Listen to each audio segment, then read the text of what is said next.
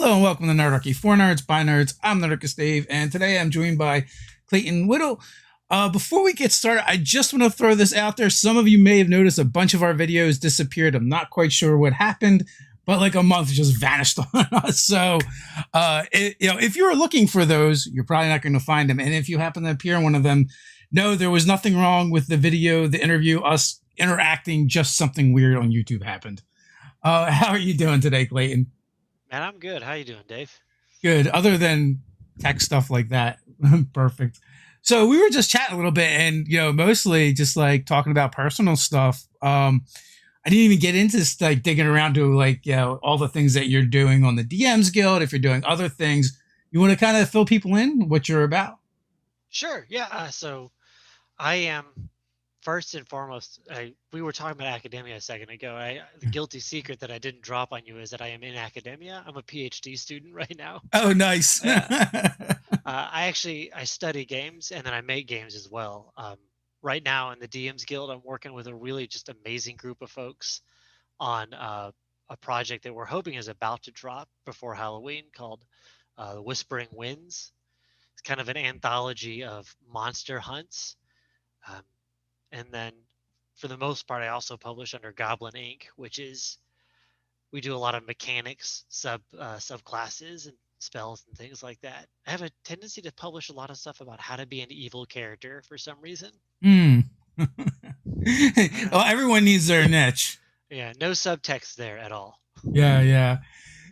So there are links in the description as always, and once this is not live anymore, they will be in the pinned comment for folks to check out. So Book of Monster Hunts sounds interesting. How many monster hunts are we talking? So I guess we haven't done the final cut yet, right? Because there's always some tweaking to say, is this really going to fit? Yeah. But we're looking at like 17 or 18. And they're all really themed. So it's kind of an Icewind Dale adjacent thing, all very winter themed. Um, and the goal was to try to really bring out the horror and really bring out kind of class references to classic horror movies instead of the that feeling of D&D you get when you're doing forced horror. Yeah. The focus is really much on the monster itself and how it's going to be scary and how the DM can really empower that. And that's really tricky and hard. I don't think I'm very good at it. I've been told on a couple occasions that I've managed to nail it, but I do think that is like the hardest thing to do is convey that to the players and get them to buy in and be kind of creeped out by what's going on in a game like D&D, where the premise for the game is pretty much we kick down the door, kill the monster, take their stuff, right? At its like most basic form. Yeah. Uh, how do you take that many monster hunts in the kind of like the same region or terrain and make them feel individualistically different? So we did a pretty intense pitching process, to be honest. We had a good number of authors, and everyone got to pitch. And then associated with each pitch was, there's my monster. Here's the kind of movie or classic horror that this is an homage to or a reference to. And we kind of scratched them off the list as we went down, right? So if someone was doing pod people, it's like, all right, no one else gets to do pod people. If someone was doing the Yeti, no one else gets to do the Yeti. And so we tried to keep it fresh like that. We have a little bit of crossover, right? No, there's only so much horror out there. Fair enough. Do you have a particular favorite? I mean, um, God, that's a hard question. That's a really hard question. Um, I don't want to call anyone. I will say that, okay, yeah, I do have a favorite, and it's cheap because it's not really a scary one. But one of the authors, Lucas, who introduced us, is Lucas Zellers. I'm not sure what he publishes under, honestly, but I think he publishes under Spark Otter. But he gave me an adventure that it just cracks me up. It's not scary, but you could definitely call it a monster, but more killer clowns from outer space Yeah. than Alien. Well, I know some people find that pretty scary, and I don't know. They just did a Kickstarter basically based on that movie. Not really, but It was very, very much circus clown horror, and it did like $750,000, and it's a five No. ED D&D thing from Heckova from Deck of Many Things, which it looks fantastic. But when they were telling me about it, I'm like, are you guys basically just doing killer clowns from outer space? Which uh, I'd buy that. And what was it? Jeff Stevens a while ago, didn't he? He did Happy Jacks. That was on the DM's Guild like top list for weeks and weeks and weeks. For people love that. I never got the chance to play it though. So yeah. So Joe wants to know: is that a PhD about that PhD in gaming? oh man. So it's a PhD in learning, design, and technology actually. So I design games. I used to be a game designer, and then I was really dirty for a while, and I was a corporate consultant. And Okay. so now I'm doing game like a PhD in essentially game design for learning. And so what kind of things do you like to make? You said you tend towards a lot of like mechanical evil stuff. Oh man, I love evil campaigns. I love them. And I don't mean everyone's been in a campaign where the person is like, "Oh, I steal from my team member," or Mm-hmm. I murder everyone I see and I steal everything I can. But truly evil campaigns, just something about them really gets me going. Did you ever play Neverwinter Nights 2? I didn't. I'm a terrible nerd. I have not video gamed that much. That's this. They have an evil character in there, and is one of the sort of collectible NPCs. Amon Jero or Amon Jero. I don't remember how it's pronounced, but he's a truly evil warlock, right? Enslaving demons in order to amass power, and sacrificing his own relatives to do this. But at the end of the day, he's doing it to save the world. You're like, that's evil. That's a good evil. That's a fun campaign. That's a fun character. Well, yeah. I mean, the best evils tend to believe what they're doing is for the right reasons, Yeah, right? They yeah, make much more compelling characters. exactly. I don't know. I love trying to write stuff. Obviously, some of it's good and some of it's like, well, it's a bit off, but So do you prefer running those games or playing in them? definitely running. Okay. I Definitely mean, because that's good. We need DMs like that because it is often a thing that players want to do, but I feel like it's really hard to run and finesse. And also, it's like it's hard to run it and play it in a way that it's not like too hokey and right. over the top. It's, and man, it takes good players to do that. Right? People who can really trust each other to have fun and not screw each other over, you know? Yeah, it's a combination of that and also this idea of just because you're playing this specific type of character that the world is going to conform to that, right? There's certain Mhm. like playing an evil character has a lot of consequences in the game that you have to acknowledge and also too like just because you're evil doesn't mean you're bad all the time.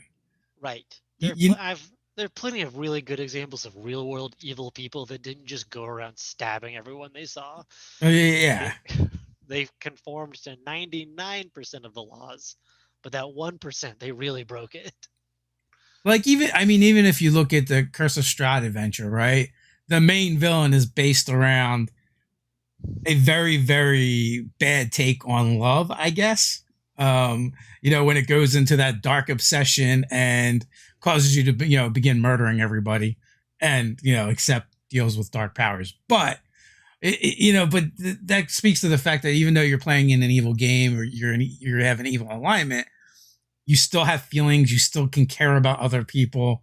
You can still show compassion. It's not one dimensional. Right. Yeah. That's also a great. I don't know. I'm a sucker for cheesy fiction. That Yeah, Ice Strahd book. I'm not sure if you ever read that. I did. God, I know it's cheesy. Any D&D fiction is gonna be cheesy, but I actually really enjoyed that. Well, Christy Golden's a really good author too, so they did a really good job with that book. Like, I like all those books. I lump into like this category of mental junk food.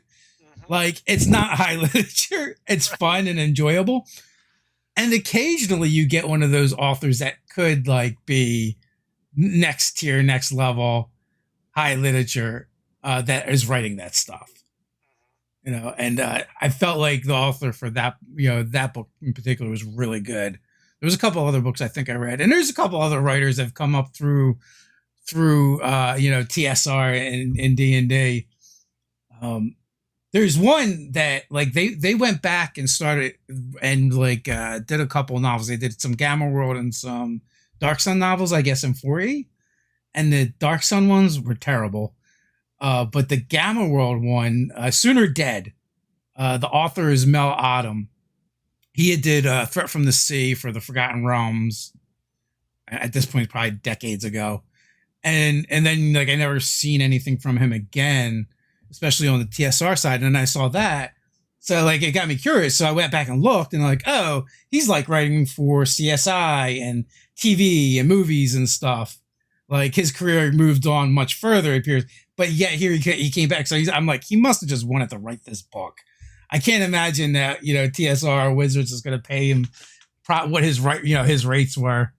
Yeah, okay. Oh, I always get a kick at it. Like you see actors that pop up in little different things, but it's fun seeing what writers were doing in the background and Yeah. what little projects they wound up on that you think that must have been purely passion, right? Yeah, because you're just like, there's no way that they were getting their rate for whatever this thing is. Right. I'm gonna have to. Well, now you've done it. I'm gonna have to actually watch this later because I have to figure out which book that was. So I have to watch it again to get the name. Is Sooner Dead, right? Yeah, Sooner Dead. Sooner Dead. I believe it was like one of the only Gamma World ones, so it's actually fair. It should be fairly easy to find. And I don't know if you read Threat from the Sea or not, but I thought that was one of the really good series that came out of the Forgotten Realms. I haven't, man. I'm so behind on my D&D. Well, there was a lot of them, and yeah. I am also going back a good 20, 30 years. So there's that. Take it with a grain of salt. Sure. Yeah, you can really never read all of the TSR or the Star Wars fan fiction / canon fiction / pseudo canon fiction. Yeah, I read up to a certain point. I must have read nearly like all the Dragonlance books and all the Dark Sun. I think I did read all the Dark Sun and all the Forgotten Realms books. Yep, they were short. They were like 300-400 pages. And I would read those the way people will watch TV. So I would go through like one or two of them a week.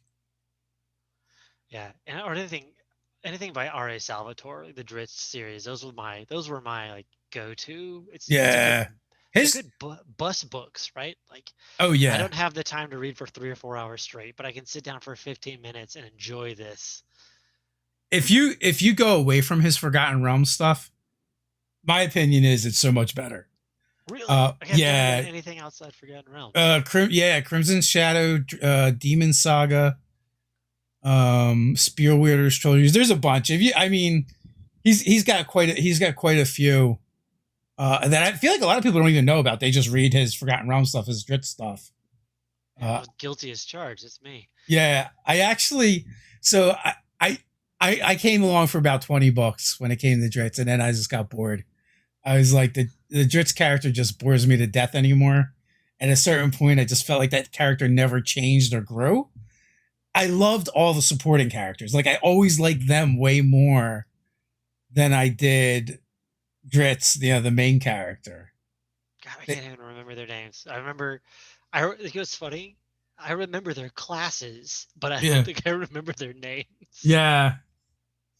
But because like the Dark Elf trilogy was really good because like there was a lot of progression and growth in the character like throughout that series, and then it changes from there to to the Icewind Dale stuff. But then at a certain point, it just felt like the character kind of stagnated. And I don't know if it's because like that's like his Mary Sue, or if it's because the fan base like would rebel if he changed that character too much.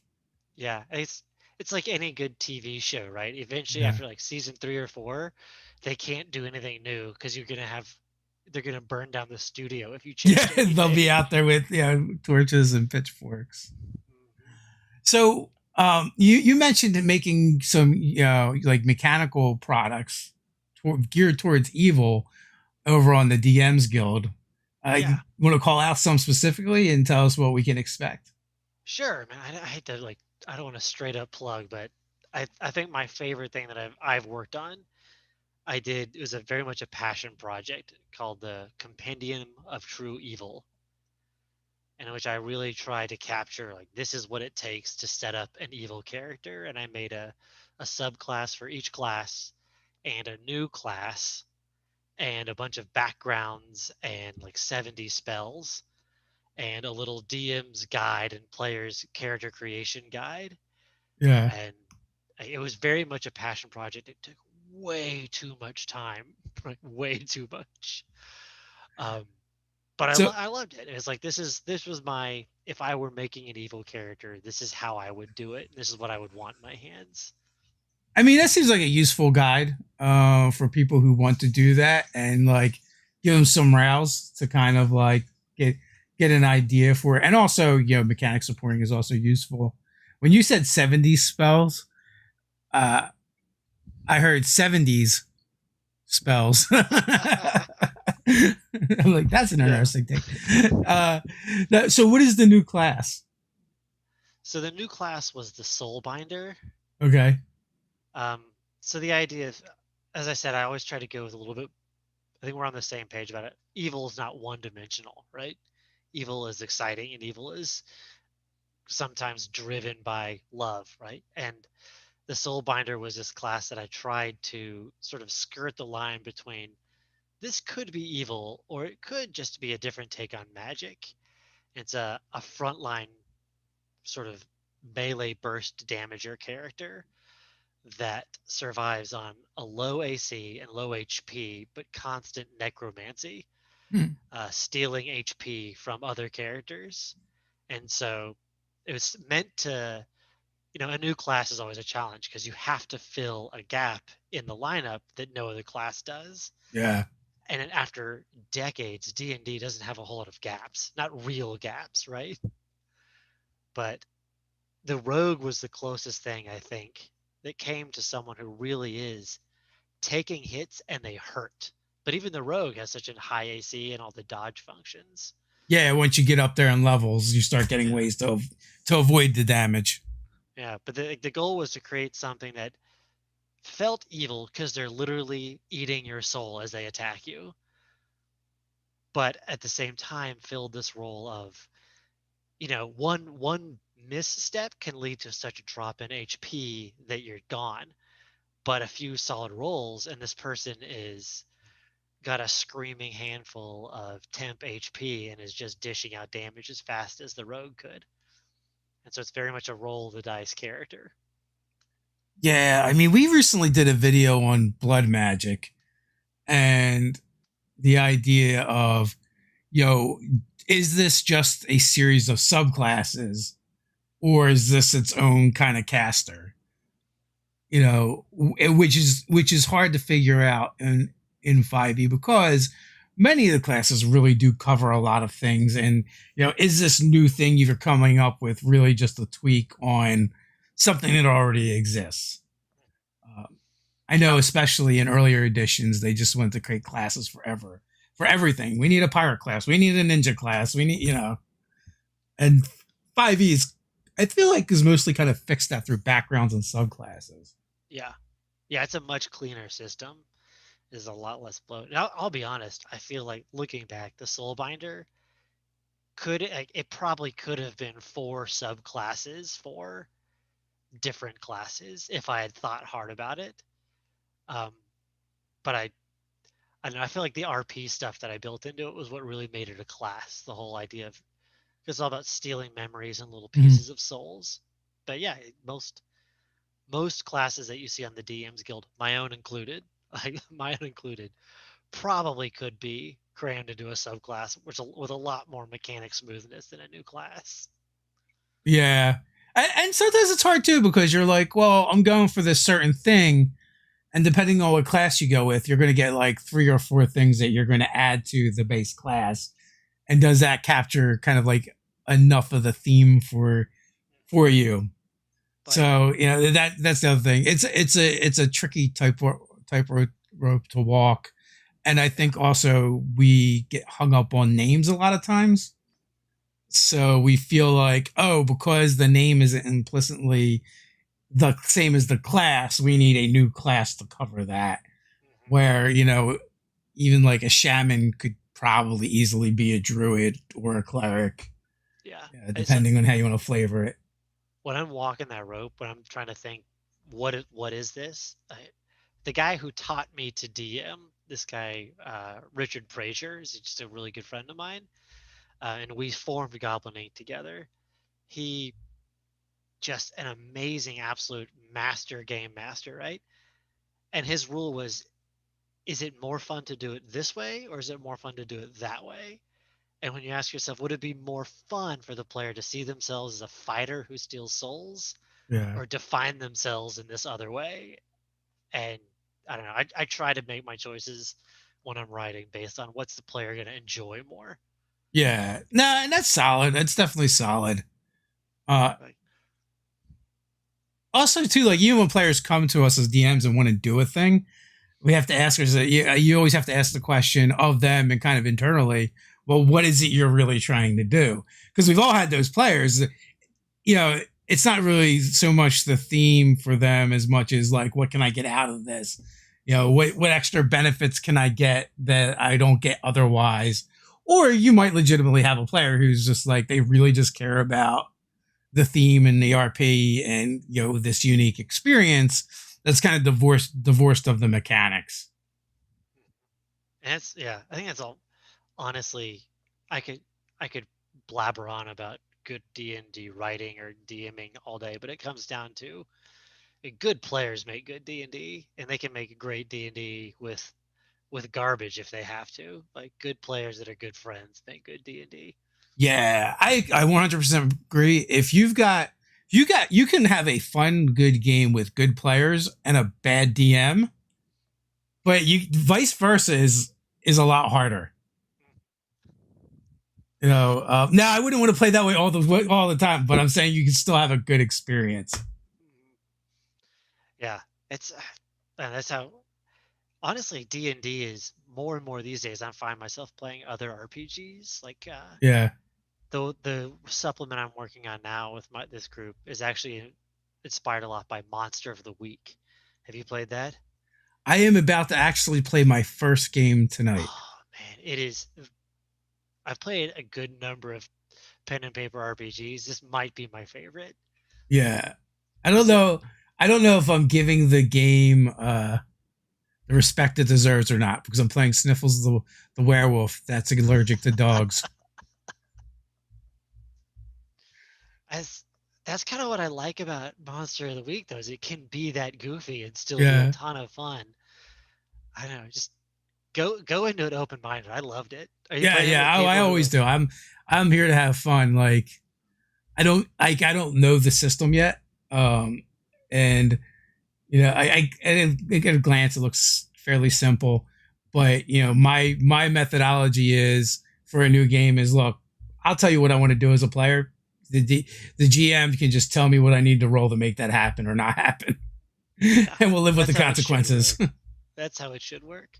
Yeah. Yeah, Well, it it's also it's it's a more fun because you make decisions that you might not have made had you known how things really work. right, which is like, yeah, that's why I love the whole. You're starting a new character, you start at level one on a new system.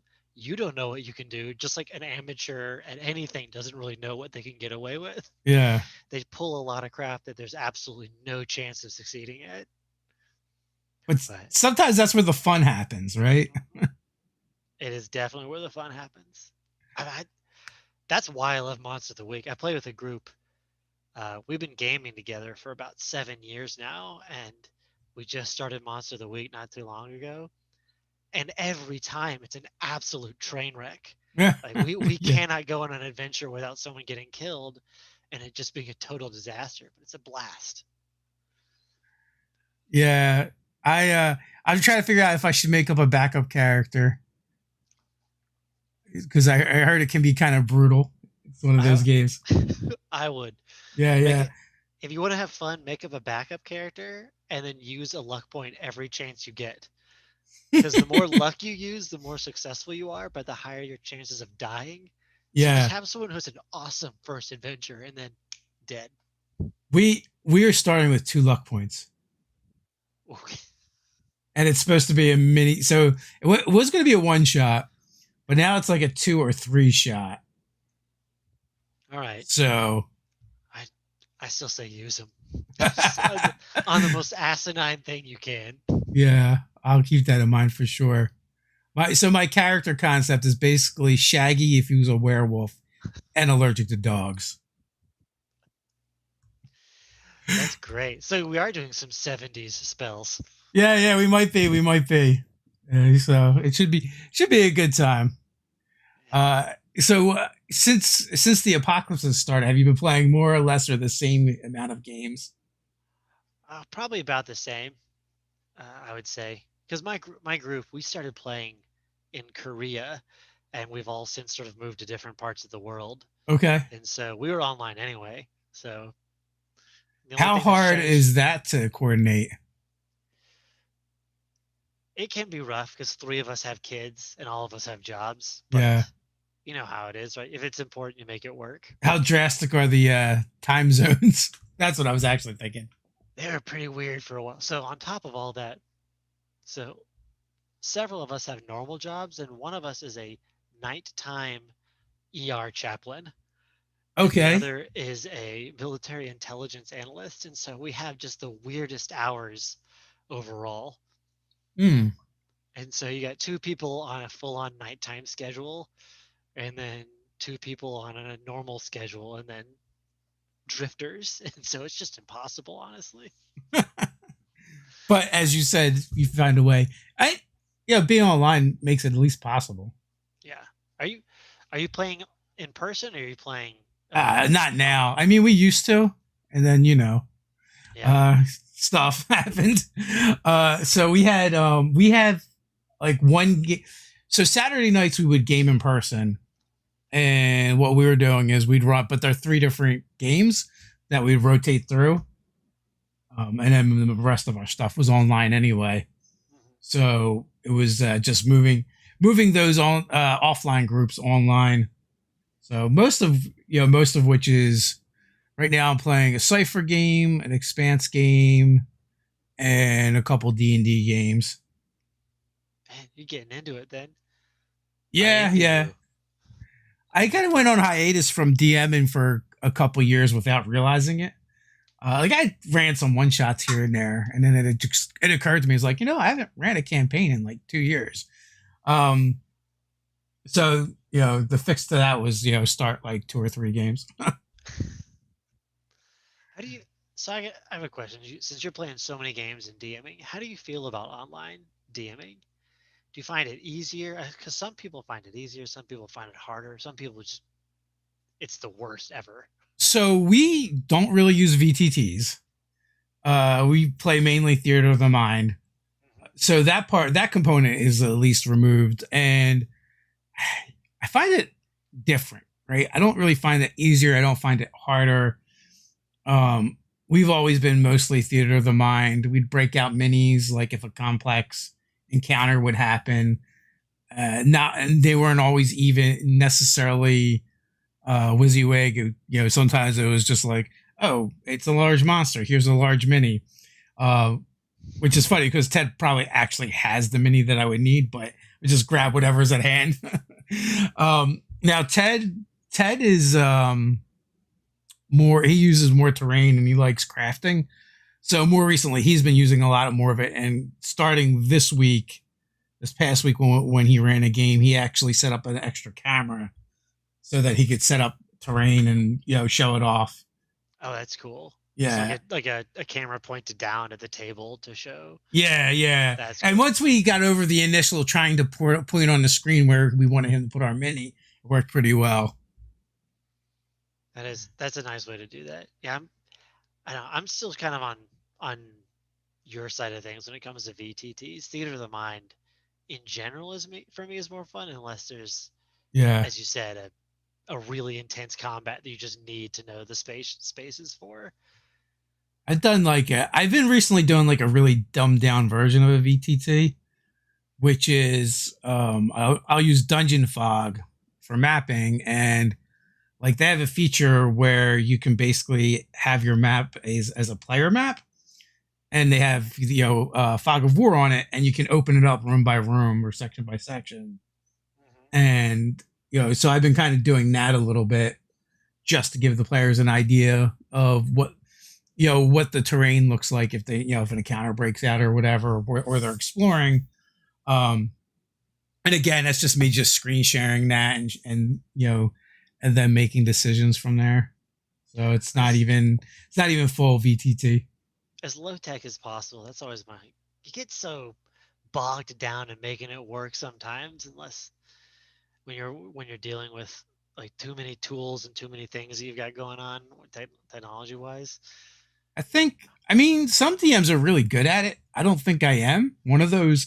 Like the first person I played with was Timmy TV on Twitch, and like he has a small Twitch following.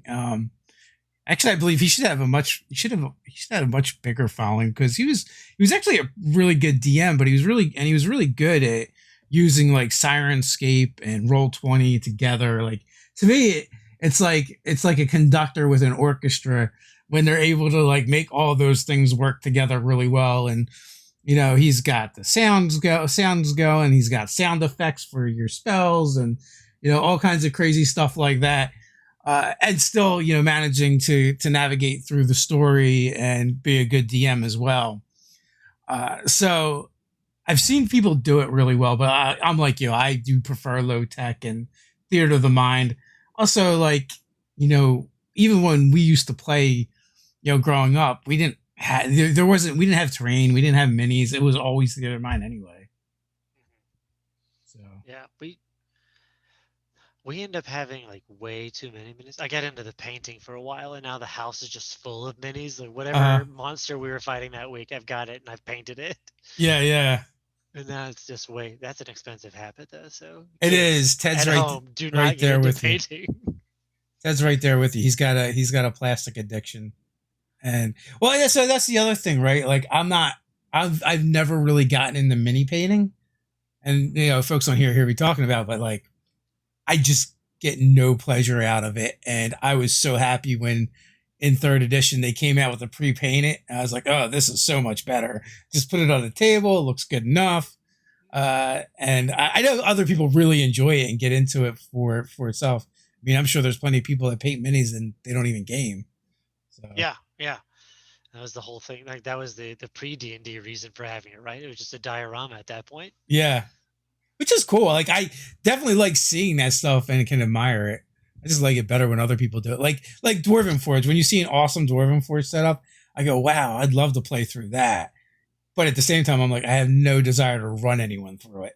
Yeah, or you see the people on the D&D Reddit where there's just like they've set up their whole apartment full of terrain, Yeah, and it's all made out of cardboard or whatever, and they like, man, when a DM especially puts that much effort into it, yeah. terrain and battle maps and stuff, that makes it work. But as I But said, part of me is always like, well, does this mean like your players are gonna have less choices now? Like, be like, I want to do X. No, fuck that. I spent 4 hours, 4 hours building this. You will go through this dungeon. my, my character wouldn't open that door. That's great for him. Your character ain't involved then. Yeah. Yeah. So I always kind of wonder about that. They always deny it, but I want DM Scotty, one of like the OG crafters on YouTube. He runs a fantastic terrain game. Like his transitioning from scene to scene is so swift, and the storytelling is so good. That's cool. By far, he's probably one of the best DMs I've had the pleasure of being in a game for. And he does his own he does his own system. He just calls, I think he just calls a simple D6 or something. that whole run at conventions and stuff. If you ever get a chance, definitely jump in. Yeah, definitely. I've heard the name, but I don't think I've ever seen him DM before. Yeah, and that's just it. Like I've always seen him craft some stuff and make some really cool stuff over on his channel. But yeah, actually getting to playing one of his games and seeing him execute it. I also saw one, like I guess it was Mace that he ran this game. I don't know what the game was, but it was some kind of temporal time Terminator teddy bears or something. But like seeing the minis and stuff, and they're like these all these like cyborg teddy bears, and it's like all this like Mad Max or industrial looking terrain. That sounds awesome. Was it? No, it could have been Feng Shui.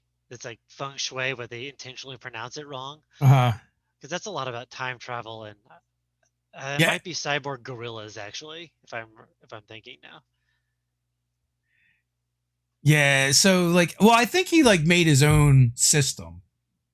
Like when we played through one of those fantasy games, and it was his own system. It was really simple. It was like, here's all your stuff on an index card. Now you can throw away the index card because you've read it once. It was like that simple. Those are the Uh, fun games, man. Those are I will always have a place in my heart for D&D. I love D&D, yeah, but it's so much fun sometimes to have a it took me 5 minutes to learn this system, and I'm never ever gonna check the rule book again on a yeah. game. Like it's clutter, right? Like all that extra stuff kind of becomes like clutter in your mind, and it causes you to do things and make decisions that you might have otherwise did differently because you know the rules, right? They get in the way in that regards. Like because you know the rules, you know the odds, and you're like, oh, this cool thing, I'm not going to try that because it's not going to work. Where when you don't have all of those guidelines and all those rules, you're like, hey, I want to try this, and the GM's like, sure, go for it. Let's roll some dice and see what happens. Yeah, because maybe I do that in D&D anyway, but I feel like a lot of systems lend to that a lot better Yeah, I because think like D&D at its core, it's rule book wise, it's a strategy game, right? It's not yeah, it's a role playing game. It is the first role playing game, but it's also still a strategy game first in a lot of ways. And because it like you've got all those rules, you got measuring things in cubic feet constantly. There's a lot going on, but there's games like Monster of the Week or the Star Wars Fantasy Flight. What is it, Edge of the Empire? yeah, Where you just say, "I want to try it," and then it's all right. Let's see how it goes. Maybe yeah. this I will mean, work. we started playing Cipher, and I was kind of familiar with the rules, so I was like, let me dust up on this and let me catch up.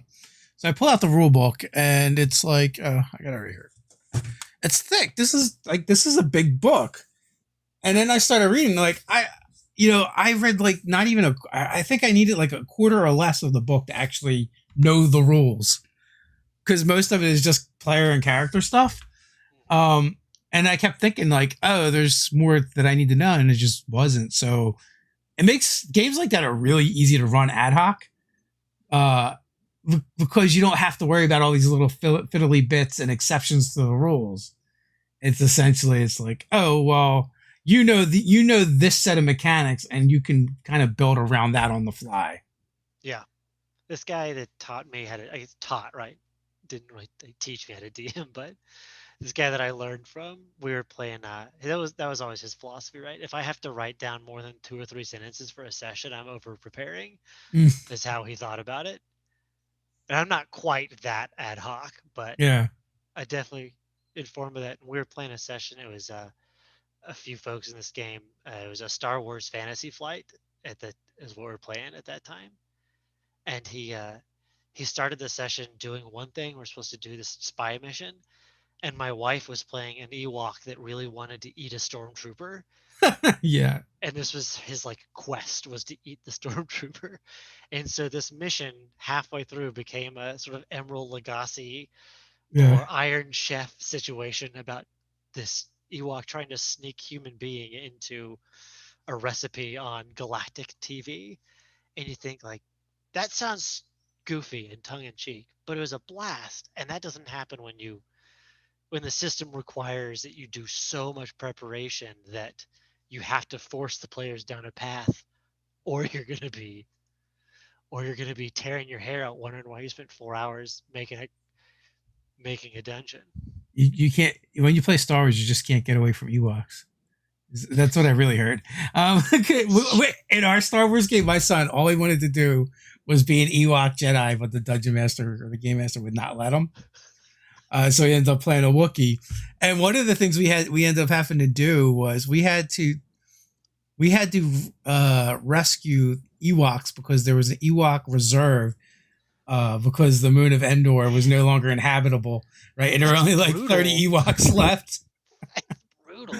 And we were trying to find the cloning facility to go clone Ewoks with Wookiee DNA and to ultimately make it so you could have a Jedi Ewok.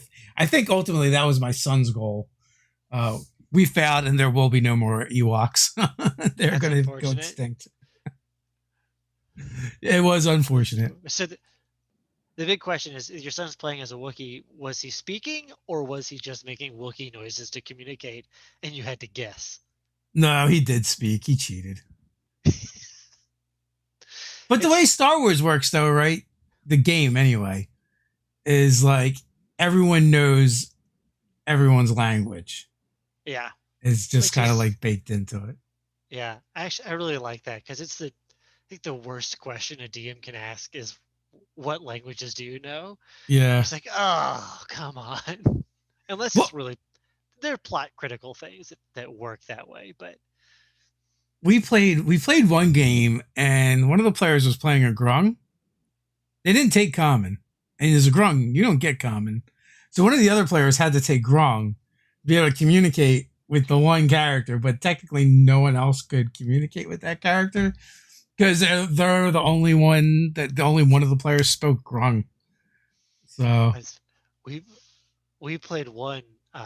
So it was a droid, a human, an Ewok, and a Wookiee.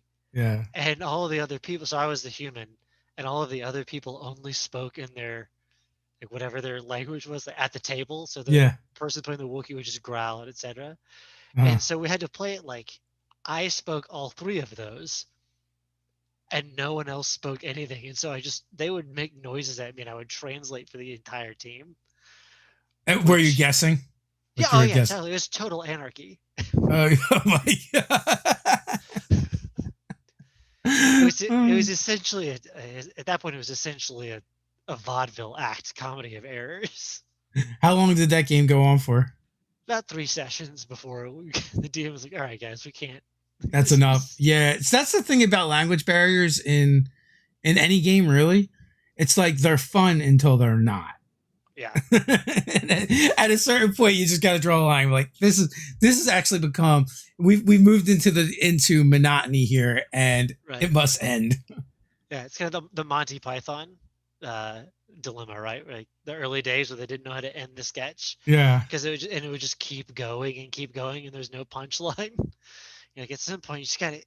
It was a good bit. You committed to it. Let's cut to something else. Yeah, it's time. Learn the lesson. Yeah. Next time someone is taking basic. Yeah. So every one of these things we have to do a dragon question because Joe always asks. He wants to know, how do you make dragons awesome? How do you make dragons awesome in D&D specifically, or? I'll let you take it however you want. He doesn't. He didn't specify. He wasn't specific, so you don't need to be either. Okay. Well. Oh man, I'm gonna get really cheesy here. We were talking earlier, but obviously listeners won't know. I have a 3-month-old daughter, and my wife and I made her a D&D themed mobile from scratch, and we sewed our own dragons and knitted them. I sewed our own dragons in our big puffy dice D20s, and it goes around her head when she's asleep, and that's how you make dragons awesome. Oh, nice. Babyfy them? Yep, babyfy them. Or babyify them? Yeah. But yeah, babyfy might be a little bit more. Yeah, that's completely different. Yeah. That's cool. I didn't have cool things like that when I was a kid. That's for sure. Although I didn't have D&D parents. For So yeah, so this is the whole generation of risen raised by D&D parents. You can't get on Twitter or Reddit without seeing some so adorable slash. I've heard different philosophies for getting your kids into like gaming, cuz like people will ask all the time. And I'm like 50-50. One of my kids is into it, my son, but he's kind of a filthy casual. And my daughter wants nothing to do with it. She's very, very girly and social butterfly and just not into it. We tried. I tried getting her in early. I tried luring her in with like some of her interests because at the time she was heavily into Monster High dolls. So I was like, oh, this might work. We'll make a Monster High character, and she just got bored and would wander off. And you know, my son, it took a couple times to get it to stick. It wasn't actually D&D that sucked him in. It was Mutants and Masterminds. When I was like, hey, we're playing a superhero game. Do you want to play? He's like, can I be a purple gorilla from space? I'm like, yes. Can I fly? He's like, yes. I'm like, all right, you're in. So that one was kind of easy. And then, you know, his takeaway from that game was he was like one of the few characters without the perception skill. He's like, he will never make a character without perception now. Since he was traumatized, and he's been into it. Now I've heard other people who have like they've top shelved gaming to their kids, and that's how they got them into it by being like, you know, you're not old enough for this, or this is like a mommy game or a daddy game. Put it next to the liquors. Yeah, essentially, yeah. That's good. I mean, I don't have an answer for that as a parent. No. Yeah, you got a ways to go. Yeah. These are things you're gonna have to think about, though. Like, what's your approach going to be? Are you gonna have an approach? Yeah, I think at this point, I'm like, as long as she's into something other than spitting up on me and crying in the near future, I'm gonna and goes happy. To sleep, and will just sleep when you sleep. Yeah, that's what I'm getting her into. I guess from a game design standpoint, though, like in my research is kind of connected to this. Okay. As a dirty academic, honestly, from my research says right that if you want to get if you want to get somebody into gaming, you want to get somebody into learning a new skill, you got to connect it to what they're doing. And it sounded like you tried to do that with your daughter with Monster High, but as some people just aren't into sitting down at the table for 2-3 hours, you know? Yeah. And you know what? That's one of the things, because like even like I would say, as a parent, if you want your kids, it's one of the things you got to accept. But just in general, like we get, you know, we've been doing the YouTube thing for a while, and I've lost track of how many times like, how do I get my friends, how do I get my spouse into gaming? It's like, I mean, if they're not interested, you can't, right? Like the best place to start is with people that seem interested and work your way out from there. Other than like us coming up with goofy ideas, like invite them to a party, get them drunk, and try and ambush them. I don't know. Like it's just one of those things that people have to show an interest in, and like you said, it's like some people are into it or they're not. And it's yeah, as you said, you could come up with a bunch of sort of Parent Trap-esque schemes to make it happen, but at the end of the day, it's not like at the end of the day, it's I understand why some people are into gaming, honestly, right? Sitting down for 3 hours straight. Sometimes it's the one thing that's getting me through the day, but sometimes sometimes it just feels like I want to go out and, I don't know, canoe or whatever. It's an investment, right? This hobby is a serious investment of time and commitment. So you showed that book, and that's one book for one game. Yeah. Like people, if you want to game a lot and like be versatile and have fun, you gotta commit your own time and time with other people and sacrifice other stuff. Definitely don't show them the books. That's for sure, man. If you want, because I'm looking, because I have the Starfinder book over there as well, which is, is as thick or thicker. Then I have a couple other ones from Esper Genesis that are like, almost as thick. So it's just like, it can be a hard sell. I mean, The one time that I feel like I successfully really set out to get someone into D&D that was absolutely not into it was uh, this friend of mine. I showed him the book, not interested at all. Looks like a lot of work. Yeah. And so I invited him over. It's like, hey, we're just gonna hang out and have a few beers, and then we're gonna play D&D. And he says, but we're mostly just gonna hang out and have a few beers, right? I said, yeah, and then we'll play some D&D. Yeah. That was And it was literally he one got of the our suggestions in the video. yeah. Because I think once you realize that mostly you're just hanging out and doing something else while you're Yes. hanging out with your friends. Yeah, yeah, and that's it too. Like if people start asking you questions, like they open the door, then it's becomes significantly easier. But and then some people want to give advice like, well, find things they're into, and then you can get them to do that because they like the thing. But that's still, it's not the same. Your own story is way different than enjoying one that someone else has made, and you don't really have to participate. You just have to be there, whether it's movies or Right. TV shows or reading. Yeah. I get why people are always looking to find ways to get others involved, right? Because A, it's a fun hobby, but Yeah. B, nothing, not nothing, but it is really hard to be out trying to find a group and not able to find a group where you have a hobby you love and you need 4 or 5 people to do it and you just can't get a good group going. That sucks. It's like, we've all I been kind there in of the like public going to public games trying to find the right one and just being miserable. Everyone's yeah. been there. No, I agree. Like I totally get why you would want to, obviously, I mean, we have a YouTube channel basically dedicated to like expanding the hobby. So I understand it. And from the personal level of, you don't have a group and you want a group. So, if you can't find D&D players, by golly, I'll make them. But, Right.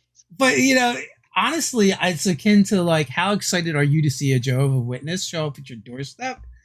I find like most people, even religious people, are like, they hide, they don't want to talk to them.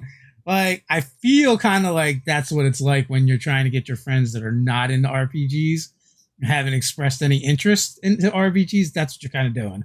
Have you tried inviting your friends over to your house and then putting the RPGs next on the top shelf by the liquor Yeah, and like, nah, maybe next time you visit we can play. yeah, maybe. Um, Although I will say, like That's what sharing D&D fun needs. stories might be a good way. Yeah. And that's why like Critical Role's been so great for the hobby because even people that aren't gamers stumble upon it and they just see a group of people having fun. You Yeah. know, whenever That's so honestly the best. If you feel like you can't find a group, the best way to convert your friends is wait 5 minutes because think about where the hobby was 10 years ago in terms of how yeah, many people are playing compared to now.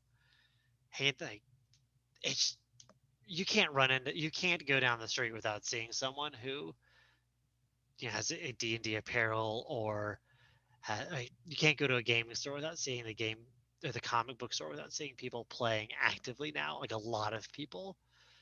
I guess not right now. Sorry, that's a bad example. a year ago, Not a right. year Yeah, ago, like a year ago. But 7 months ago.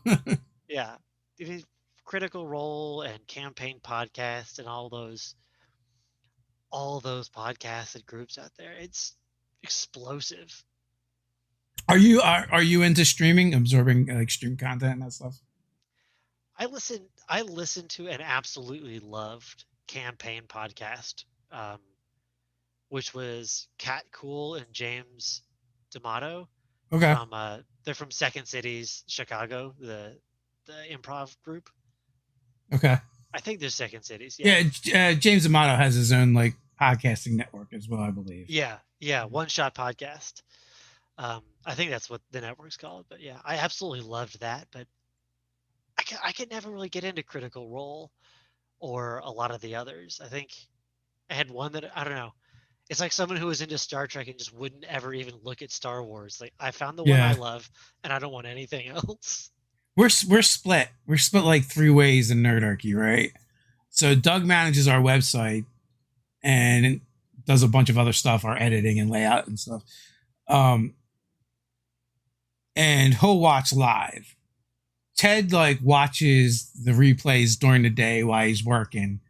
And briefly, when they started campaign 2, like, oh, this is a good jumping on spot. I'll check it out. It'll be good for the channel to do reviews. And we did about, I want to say we did about 20 of them. And I hated it. I did not enjoy it. It's like, I think it's good for the hobby, and I think it's good that people do it. I mean, we even stream games, and I don't know why people watch. Like, it mystifies me, but I understand people like it, so I like that aspect, and it's good. Yeah. Like, Critical Role is an amazing 2 hours of content spread out over 4 or 5 hours to me, and that's how I feel about streaming in general. So it just doesn't grab me, and like the combat is the most boring part.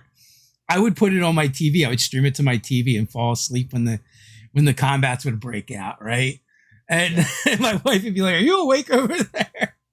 And which is, I'm 100%. Like, I think that's why I liked the people doing campaign, because it wasn't really role playing. They were doing improv. Yeah. And like once every third episode, they'd roll dice. Yeah, and by no means is that a knock against Critical Role or anyone streaming stuff. It's just, it's just not my thing. I hate watching baseball, but if someone's like, "Hey, we're gonna play wiffle ball or softball or something like that," I'm like, "Sure, I'll do that." I would rather do it than watch it, and it's a serious time commitment. And I think when we were doing the Critical Role stuff, I was still editing some of our videos or all of our videos. So it's like the bulk of the work I was doing, it wasn't like I could put it on and do, listen in the background while I do other stuff. And honestly, like, I'm so inundated in the gaming space now, when I do put stuff on to listen to in the background, it generally has nothing to do with gaming. So like, I get my gaming quota, I'm definitely hitting. So yeah, I think it's, if for no other reason, I think I can really see why people get into it for that, like, because they're not getting their gaming quota. Yeah. Not for no other reason, right? Like, there's obviously a lot of qualities. It's entertaining stuff to a lot of people, but I could see wanting to lay on it if I wasn't playing regularly. I would be really enjoying watching. It's the same reason you watch baseball if you really want to play, but you can't. Yeah. Well, and there's tons of people like they reach out to us and they're like, I just can't find a group. Right. And for those people, especially, it's really good because they can just tune in and, they can take part of the community, and it kind of scratches that itch for them. Maybe, or maybe they're not even looking for a game in their life right now. They used to game, but now they have, kids, and, they're married and they've got a job. So like, this is how they can connect to it. Like, for me, like, this is the nerd version of buying a Harley at 50. Like, yeah, it could very well be. Or like, I love comic books, but I stopped reading them in my early 20s, and now that I can like watch shows and movies, it's amazing because it scratches that itch. Yeah, I don't have to go back. I don't have to get sucked back into reading comic books. When I was about another expensive hobby, if you're like, that can stack up. Yeah, I was buying like 30 comics, a month or something. I was and in my early 20s, it was, like, now it's only $60 a month or whatever, and it's not that big a deal. But in my early 20s, it was a much bigger deal. So it was like, I could actually just do drugs, and I think it'd be cheaper than buying these comic books. And I'm like, I have a terrible personality. I'm like all or nothing. So it's like, I either have to read comic books or not. Like, that's why I gave it up. So, I guess you can't see my hand, but Transmetropolitan. I got so into that comic book. I must have spent $250. Your audio just dropped way down. Oh man, my bad. I think I might hit my mic. Oh yeah. All right. Yes, the beard really muffles it once it gets too far away. Yeah. But yeah, I was dropping $200 a month on these big anthology series comic books, and you got to separate. You got to cut it off and say, nope, I'm not doing that anymore. Yeah. So also, what I started doing too was like, every year or two, I would just like pick up a bunch of trade paperbacks and like read through those. and like that kind of like scratched the itch too. But dude, I got to a certain point, and I was just like, I I don't know what's going on with comics anymore. Like when it hit like the Avengers versus the X-Men, I was like, all right, I'm out. I have no idea what's going on. Avengers versus X-Men made you punch your ticket, huh? Not. I think so. It was just like it was like up until that point, like I was kind of following along, but the storylines have gotten so far beyond where I was when I was reading regularly.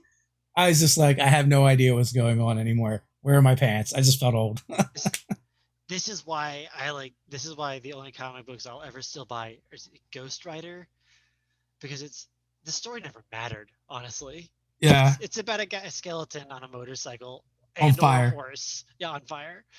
Doesn't matter what the story is. It's a visual journey. Yeah. Oh man, my brother got me like a graphic novel. I think it was from Brom, and it definitely had like those Ghost Rider feels. Hmm. And he got it for me for Christmas like 5 years ago, so I don't even remember the name of the title. But if you're into that, that was definitely something to check out. And I know it's on one of my shelves, not far away. I just don't know where. Yeah, that's the other thing about comic books is just like minis, it's expensive. So Yeah, it's taking up space fast, it's big time. that is definitely a thing. So we're just past the hour mark. Oh, that was fast. Real quick, do you want to tell people the project that's coming up and when you expect it to drop? Yeah. So right now, the project we're working on is the Chilling Tales of the Whispering Winds. Um, it's gonna be on DM's Guild. I am really hoping right around Halloween because it's a horror themed thing. Um, but it has been kind of a week, and we're kind of trying to crank out the layout. So we are really hoping to get that done in the next week or two, so that we can publish that for Halloween because it is definitely themed for that. Yeah, that sounds going to be really cool. So, like, the best way to find out when that comes out would be to maybe follow you on Twitter or. Yeah, you can follow me at Clayton_Whittle. Um, you can follow me at Clayton_Whittle, or you can just Google Goblin Ink Press, which that'll take you to our author page or our Facebook page, and we do updates there as well. Awesome. And we have some links in the description so that folks can go check that out and follow along. I want to thank you for coming on. Really appreciate it. Until next time, stay nerdy. Thank you, Dave. Y'all have a good day.